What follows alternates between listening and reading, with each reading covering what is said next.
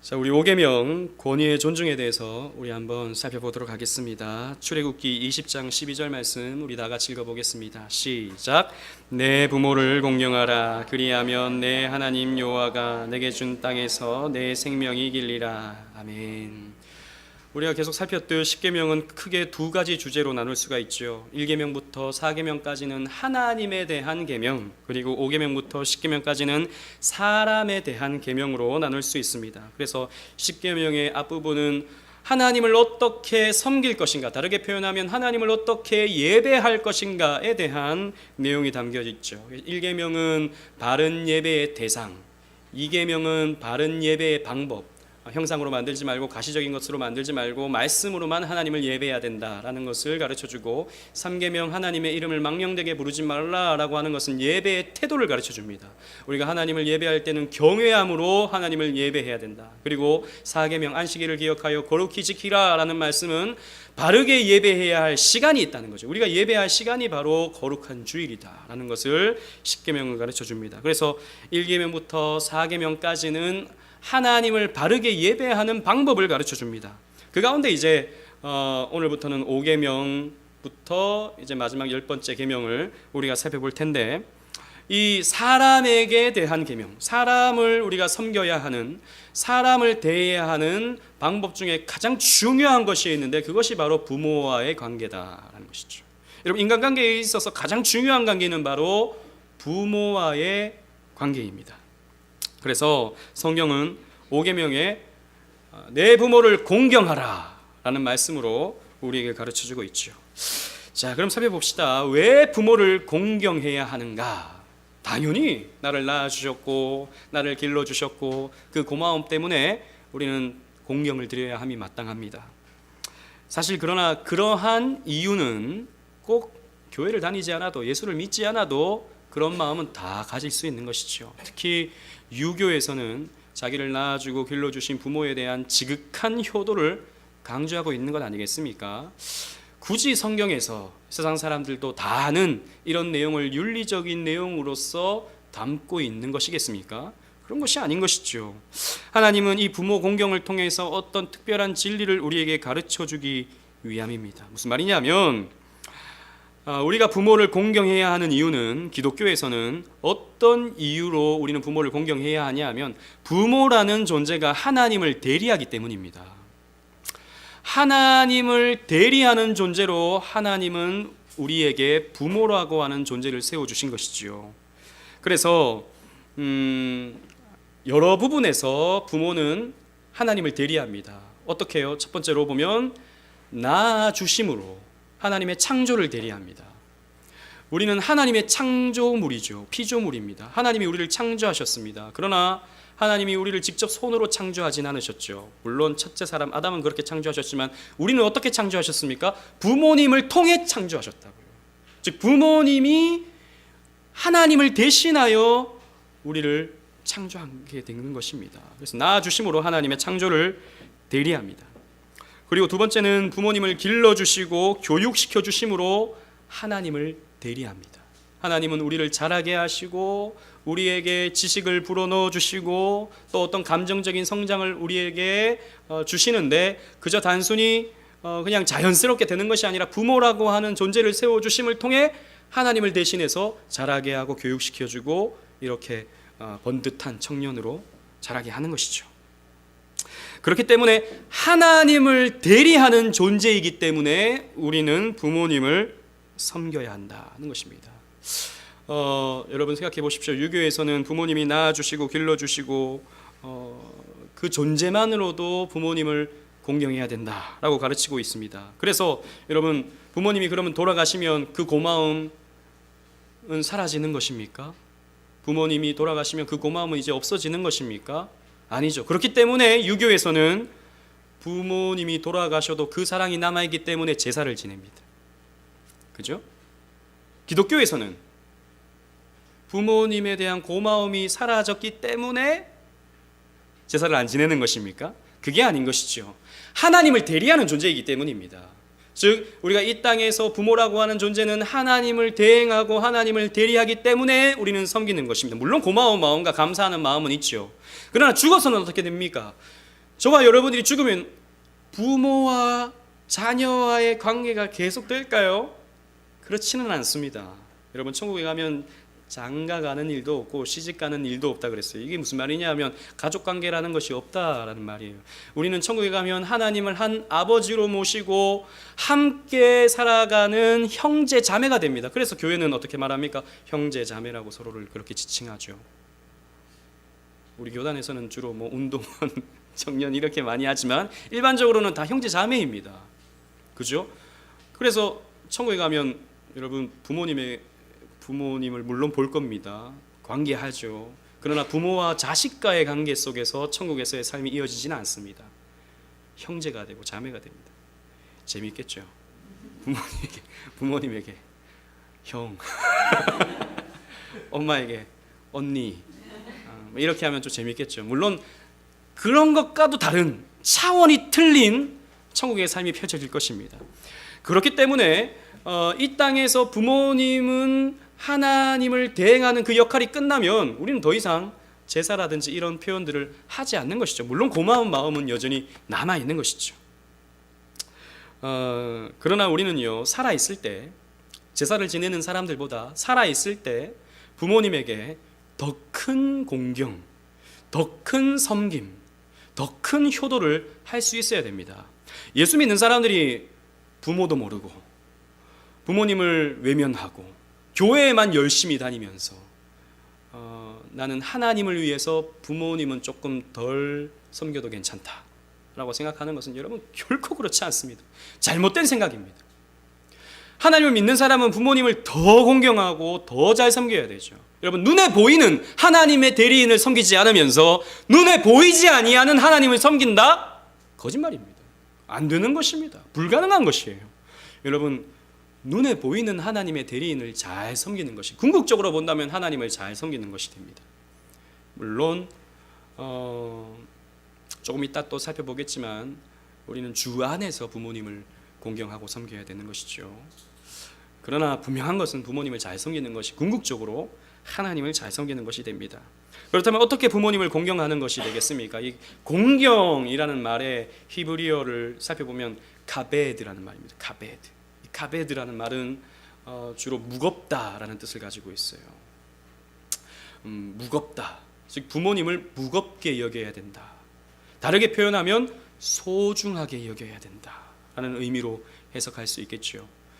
부모님을 가볍게 여겨서는 안 된다라는 것입니다. 첫 번째 보시면 부모님을 존경하고 감사해야 됩니다. 부모님에게 존경하고 감사해야 됩니다. 여러분, 부모님이라고 하는 존재는 나에게 어떤 경제적인 이득을 많이 주시기 때문에 존경받아야 되는 대상이 아닙니다. 나에게 어떤 많은 도움이 되기 때문에 감사가 되어야 되는 존재가 아닙니다.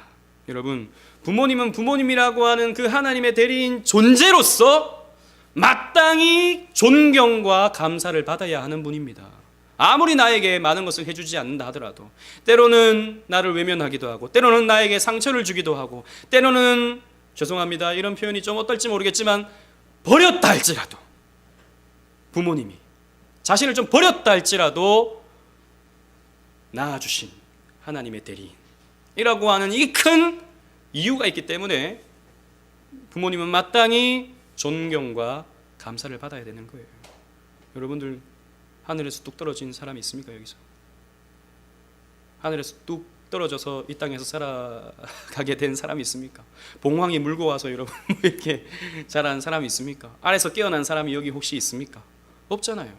다 우리는 부모님을 통해서 이 땅에 태어난 존재들입니다. 나의 존재는 결국 부모님을 통해서죠. 그래서 마땅히 존경과 감사를 할 수 있어야 된다는 것이죠.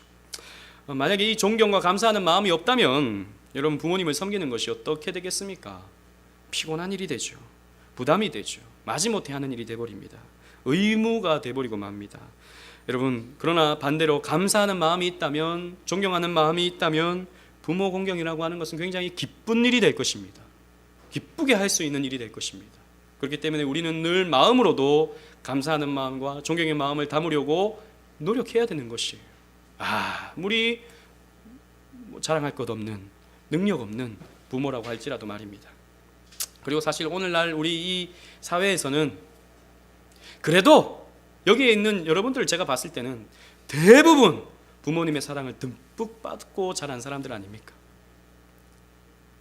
저도 그렇고 여러분들도 그렇고 부모님의 사랑을 듬뿍 받고 자라지 않았습니까? 물론 차이에 있어서 상대적인 차이는 있겠지만 그러나 우리는 다 그런 사랑을 받고 자랐다고요. 마땅히 감사와 존경을 올려드려야 되는 것이죠. 그리고 또 부모님에게 순종해야 됩니다. 부모님이 어떤 요구하는 것이 있다면 순종할 수 있어야 됩니다. 자녀는 부모님이 정하신 법과 원칙에 순종할 수 있어야 됩니다. 우리 잠언 1장 8절 9절 다 같이 읽어보겠습니다. 시작. 내 아들아 내 아비의 훈계를 들으며 내 어미의 법을 떠나지 말라. 이는 내 머리에 아름다운 관이요 내 목에 금사슬이니라. 아멘. 아들아 내 아비의 훈계를 들어라. 내 어미의 법을 떠나지 말라. 이는 내 머리에 아름다운 관이요 내 목에 금사슬이니라.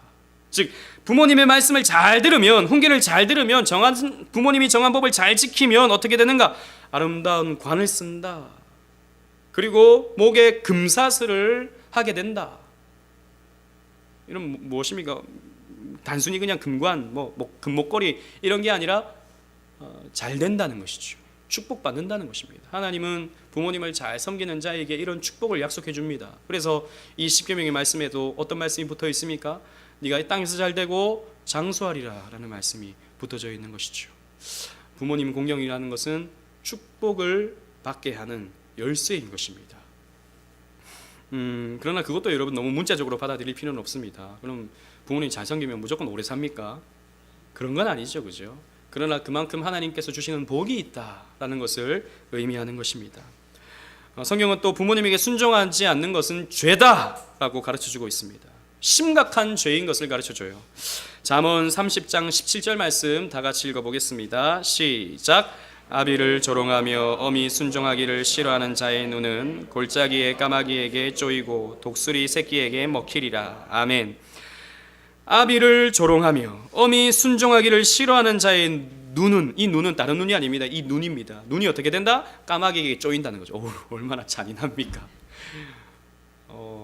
새가 이렇게 날아와가지고 눈을 쪽 상상만 해도 굉장히 무섭죠. 이렇게 된다는 것입니다. 부모님에게 순종하지 않는 자는 이렇게 된다. 독수리 새끼에게 먹힌다. 비참해진다. 그래서 여러분, 부모님에게 순종하는 것은 너무나도 중요한 일입니다. 세 번째, 부모가 자녀를 돌보아 주었듯 자녀 또한 부모의 생계를 책임질 수 있어야 됩니다. 여러분, 어릴 때는 부모님이 아이의 생계를 책임져 주죠. 제가 오늘 오전에 또 우리 아이들과 이 5계명의 말씀을 나누었다고요. 그래서 엄마 아빠 없으면 어떻게 돼? 그러면 냉장고에서 밥을 꺼내 먹을 수 있대요. 전자레인지 자기가 데필 수 있대요. 몇 분? 30초. 아니야. 40초? 밥 안 하면 어떡할 겁니까? 밥을 안 해놨으면 어떡할 겁니까?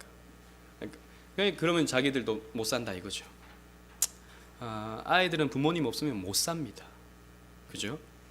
대신에 시간이 지나면, 나이가 들면 부모님은 자식의 도움이 필요하죠.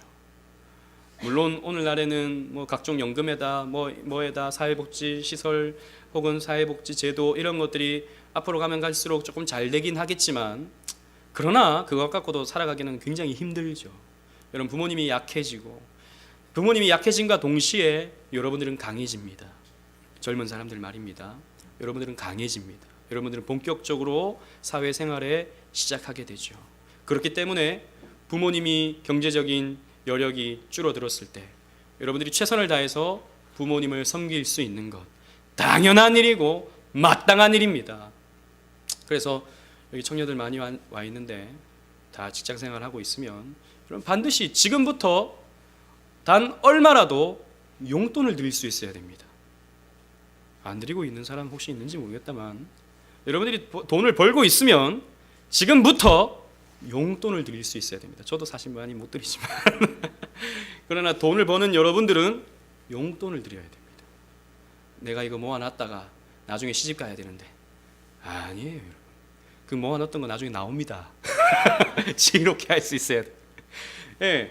아무튼 지금부터 여러분들 부모님에게 용돈을 드릴 수 있어요. 나중에 또 부모님이 더 약해졌을 때 여러분들은 더 힘있게 부모님을 섬길 수 있어야 되는 것이죠. 이게 부모님을 공경하는 우리 그리스도인들의 자세인 것입니다. 그런데 성경은 이 부모라고 하는 이 존재를 조금 더 넓게 확장해서 적용하는 것을 우리는 살펴볼 수 있습니다. 즉, 이 부모는 육신의 부모에게만 한정하지 않는다는 것이죠.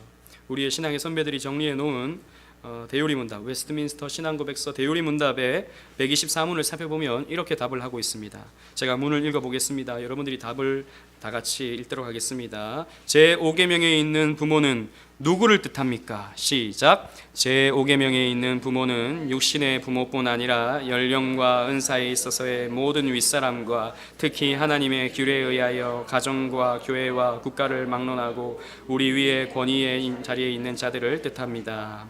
자, 우리의 신앙의 선배들은 육신의 부모뿐만 아니라 연령과 은사에 있어서 모든 윗사람, 즉 나이가 많은 사람 혹은 나에게 뭔가 어떤 지식을 가르쳐 줄 수 있는 어떤 기술을 가르쳐 줄 수 있는 그런 은사를 전달해 줄 수 있는 그 모든 윗사람과 하나님의 규례에 의하여 가정과 교회와 국가를 막론하고 우리 위에 권위를 가진 모든 사람들에게 우리는 공경해야 된다, 존중해야 된다라고 우리의 신앙의 선배들은 정리해 놓았습니다.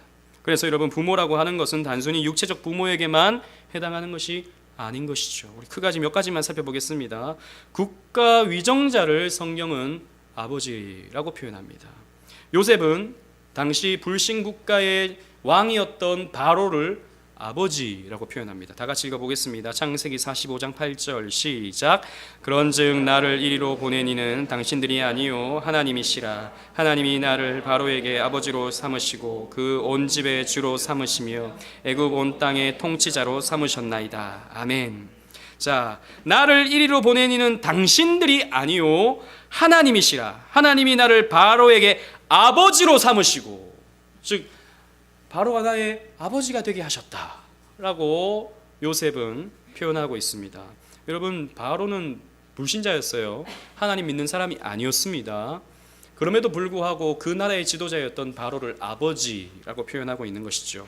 여러분, 우리 개혁주의는 하나님이 세워주신 기관, 하나님이 세워주신 공동체를 크게 세 가지로 둡니다.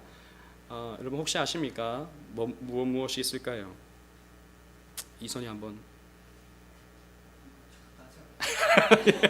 네, 제가 그냥 얘기하겠습니다. 여러분 당황하는 것 같아서. 첫 번째는 가정입니다.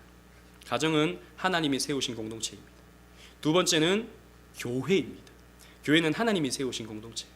세 번째는 국가입니다. 나라, 이 대한민국이라고 하는 나라는, 저 미국이라고 하는 나라는, 저 하나님 믿지 않는 저 중동에 있는 예멘이라든지 시리아라든지 이런 나라들은 우리가 봤을 때는 뭐 석유 재벌이 내가 이 나라 세운다 해가지고 막 세운 그런 나라인 것 같지만, 국가는, 이 세상의 모든 국가는 하나님이 세우신 것입니다. 마찬가지로 그 국가의 지도자 또한 하나님이 세우시는 것이죠. 그래서 로마서 13장 1절 말씀 보면 너희는 모든 권세에 복종하라 라고 말하고 있죠. 그 권세의 대상은 당시 로마의 황제였습니다. 즉 예수 믿는 사람들이, 하나님 믿는 사람들이 저 기독교를 탄압하고 핍박하는 저 로마의 황제를 어떻게 섬길 수 있는가? 그가 정한 법과 그가 정한 질서를 어떻게 따라갈 수 있는가? 우리는 하나님 믿는 사람으로서 완전히 다른 법과 다른 질서를 가져야 하지 않는가라고 했을 때 사도 바울은 그렇지 않다고 했습니다. 아무리 불신자라 하더라도, 아무리 핍박하는 사람이라 하더라도, 아무리 기독교를 몰아내려고 하는 사람이라 하더라도 너희는 그 국가 세워진 지도자 앞에 순종하고 복종해라 그랬습니다. 그래서 여러분, 우리는요 위정자를 위해서 기도할 수 있어야 됩니다. 그리고 이 나라를 위해서 여러분들이 마땅히 내야 할 세금을 내야 됩니다. 오늘날 여러분, 오늘날 우리 한국 사회는 이념적으로 굉장히 나뉘어져 있죠. 그래서 보수가 정권을 잡으면 이 진보 사람들은 하나도 안 도와줍니다. 뭐 다 반대. 또 이 진보가 정권을 잡으면 보수 사람들이 반대하죠. 다 반대. 심지어는 뭐 예전에도 그랬지만 공영방송은 항상 또 정부 편으로 가지 않습니까? 보면 그러면 안 되는데 또 막 정부 편으로 갑니다. 그러면 시청료 반대 운동? 시청료를 내지 말자. 내가 이런 방송은 못 본다. 내가 왜 돈까지 내면서 이런 방송을 봐야 되냐? 이렇게 하기도 하죠. 물론 뭐 저도 충분히 이해할 수 있고 받아들일 수 있습니다만, 그러나 우리 기독교인들이 그렇게 하면 안 됩니다.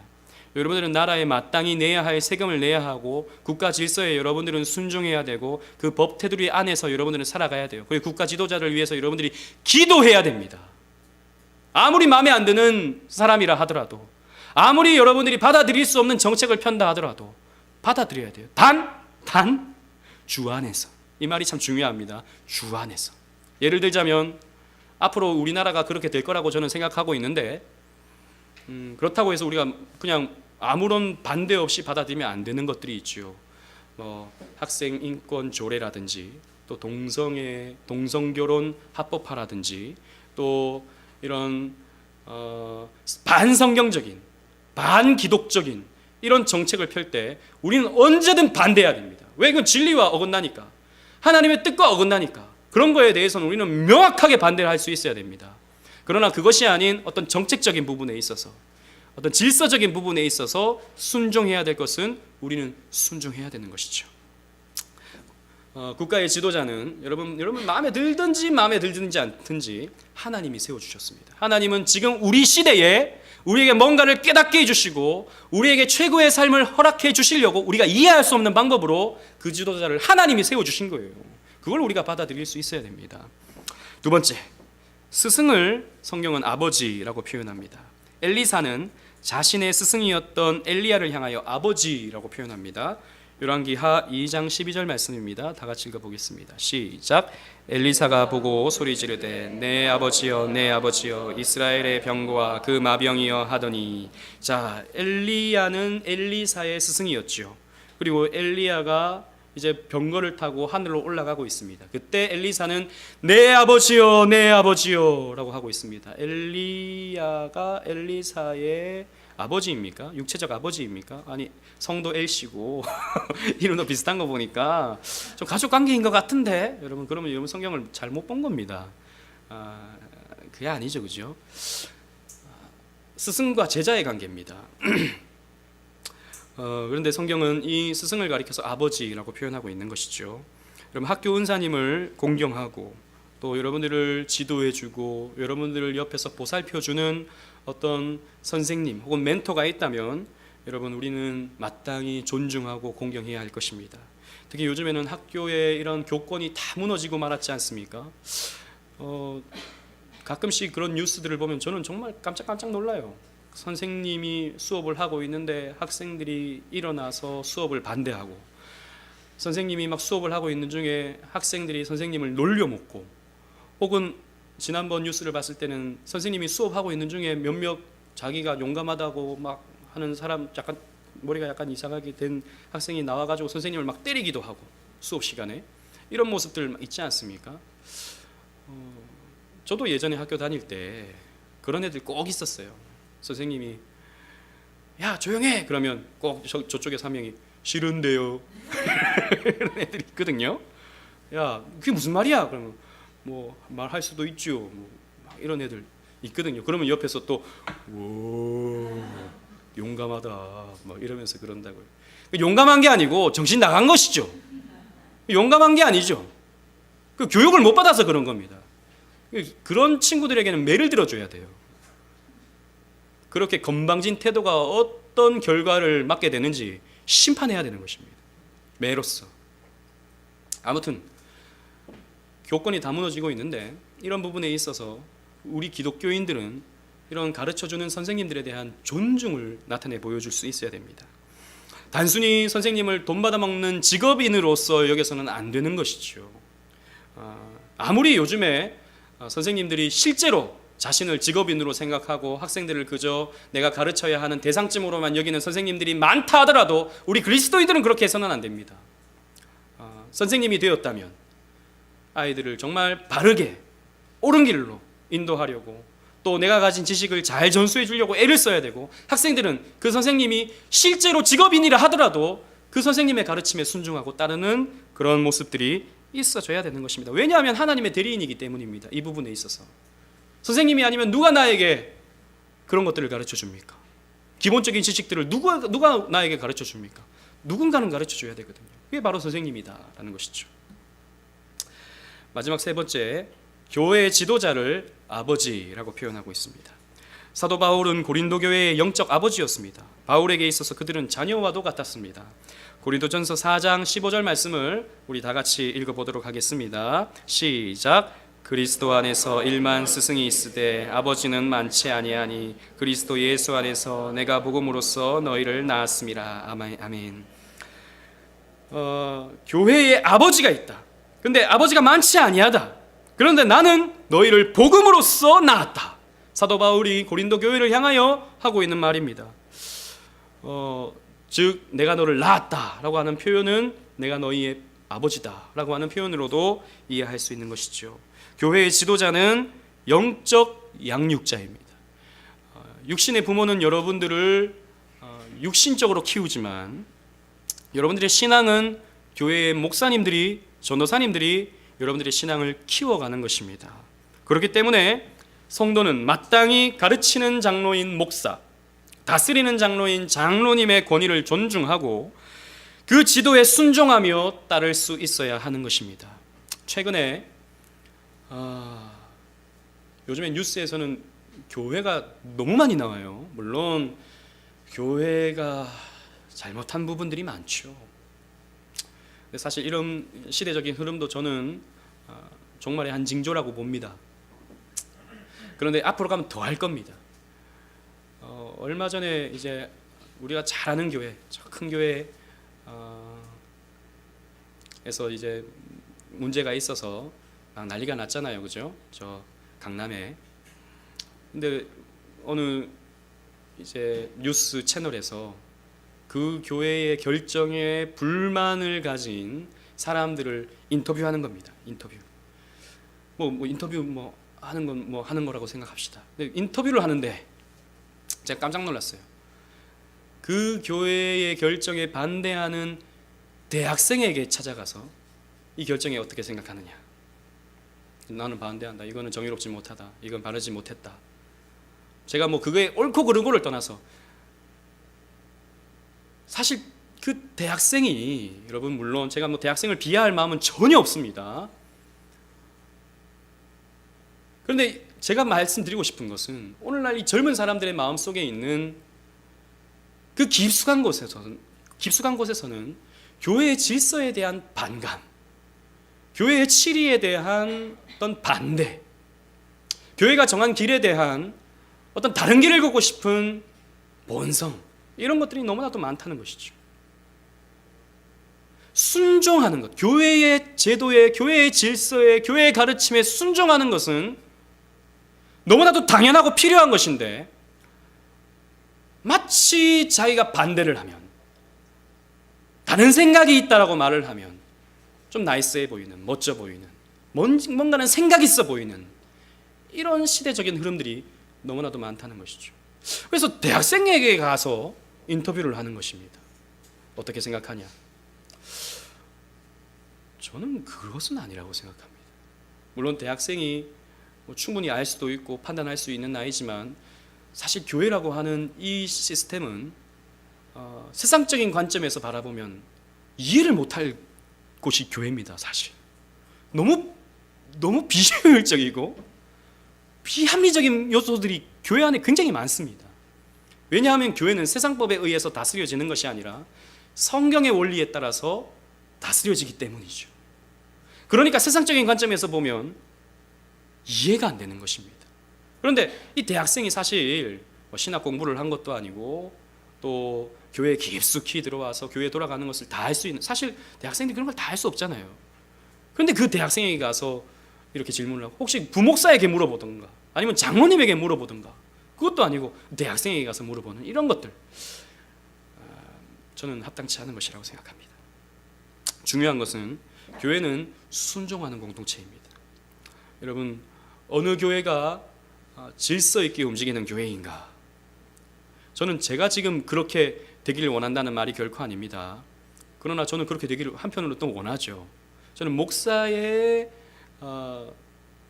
목사라고 하는 존재를 너무 크게 보고, 목사라고 하는 존재가 무슨 절대적이고 이런 걸 절대 저는 또 주장하는 사람은 아닙니다만, 교회가 안정적으로 질서 있게 세워지기 위해서는 목사의 목회 질서에 순종하며 따르는 것입니다. 이건 정확한 것입니다. 그 목사님의 그 지도와 그 말씀 앞에 은혜를 받는 사람들이 많을 때 그 교회는 부흥하고 성장하는 것이죠. 근데 목사님의 말씀과 목사님의 그 세워진 목사님이 이끌어가는 그 목회에 따라갈 수 없는 사람들이 많으면 그 교회는 시끄러워지는 것입니다. 당연한 것입니다. 분명한 것은 하나님은 교회에 목사를 세우고 또 치리하는 장로를 세워서 그 교회를 이끌어 간다는 것이죠. 지도자를 세워서, 하나님을 대리하는 지도자를 세워서 그 교회를 이끌어 가는 것입니다. 중요한 것은 육신의 부모나 국가의 위정자나 학교의 은사님이나 교회의 목사, 장로 같은 지도자는 하나님을 대리하긴 하지만 하나님은 아닙니다. 이 목사는 하나님의 말씀을 대언하지만 이 목사가 하나님은 아닙니다. 목사의 모든 말이 하나님의 말씀도 아닙니다. 그러나 성경을 통해서 성경을 강해하는 이 설교하는 이 순간만큼은 하나님의 말씀을 대리하는 것입니다. 이 질서를 여러분들이 머릿속에 잘 가지고 있어야 됩니다. 중요한 것은 아까도 말씀드렸지만 우리가 살아가는 이 사회에서의 하나님을 대리하는 부모, 국가위정자, 선생님들, 목사님, 이러한 존재는 제한된 권위를 가지고 있습니다. 하나님이 아니기 때문이죠. 그래서 부모가 하나님의 권위를 넘어서는 안 됩니다. 무슨 말이냐면 저도 불신 가정에서 자랐죠. 그래서 저희 어머니는 제가 교회 안 가는 것이 꿈이었습니다. 어떻게 하면 쟤를 교회 좀 안 보낼까? 교회 가지 마. 그러면 제가 부모님을 공경하라 그랬으니까 예, 저는 부모님 말씀에 순종하여서 이번 주부터 교회를 가지 않겠습니다 라고 하는 것이 옳은 것이겠습니까? 아닌 것이죠. 주 안에서 순종해야 되는 것입니다. 하나님 말씀에 안식일을 기억하여 거룩히 지키라 그랬으면 부모님이 싫어한다 하더라도 교회 가는 것입니다. 예배 드리는 것이에요. 학교에서 야, 고3인데 너가 지금 교회 갈 시간이 어딨냐? 학교 와서 공부해. 그러면 교회 안 가고 그냥 공부만 하는 이런 것이 있으면 안 되는 것이죠. 주 안에서 선생님 말씀에 순종해야 되는 것이 아닙니다. 주 안에서 순종해야 되는 것입니다. 때로는 교회 목사가 이상한 소리를 해서 하나님 말씀과 어긋난 주장을 하고 명백히 드러나 있는 진리와 어긋난 설교를 할 때, 여러분 그럴 때는 반대할 수 있어야 됩니다. 아무리 목사님이라 하더라도. 종교개혁이 그런 거 아닙니까? 당시 교회의 지도자들이었던 종교개혁의 바른 말씀이 여기에 있는데 왜 엉뚱한 소리를 하느냐? 재미있었던 것, 우리 장로교가 시작된 스코틀랜드의 종교개혁 시대에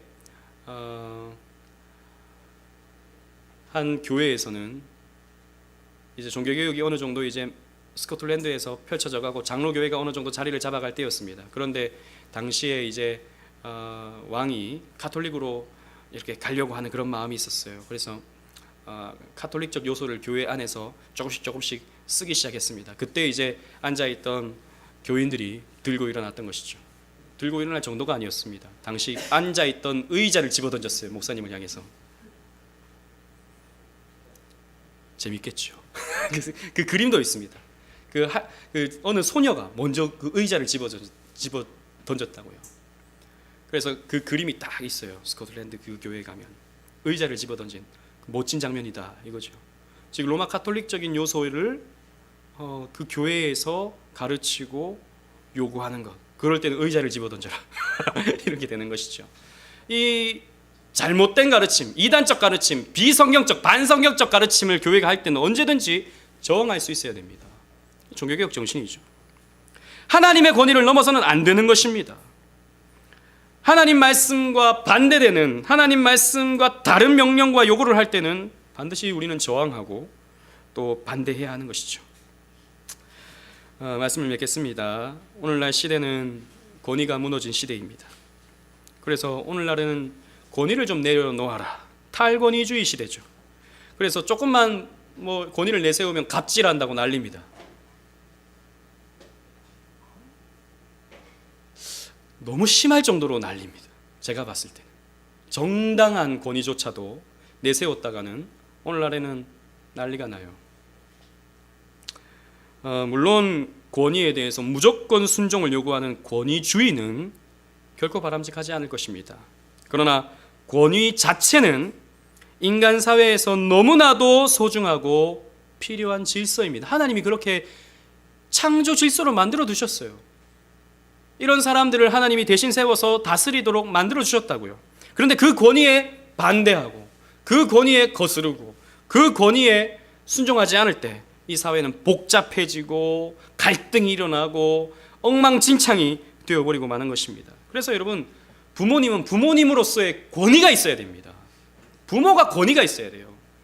자식을 늘 바라보면서 뭐 해줄까 뭐 해줄까, 이거 해줘 그러면 해줄게, 저거 해줘 그러면 이거 해줄게. 부모님, 애가 엄마 앉아 그러면 앉아, 일어나. 제가 이런 말 하면 좀 그렇지만 가끔씩 애기 키우는 부모님을 보면 그 아이를 하나님과 같이 대하는 거죠.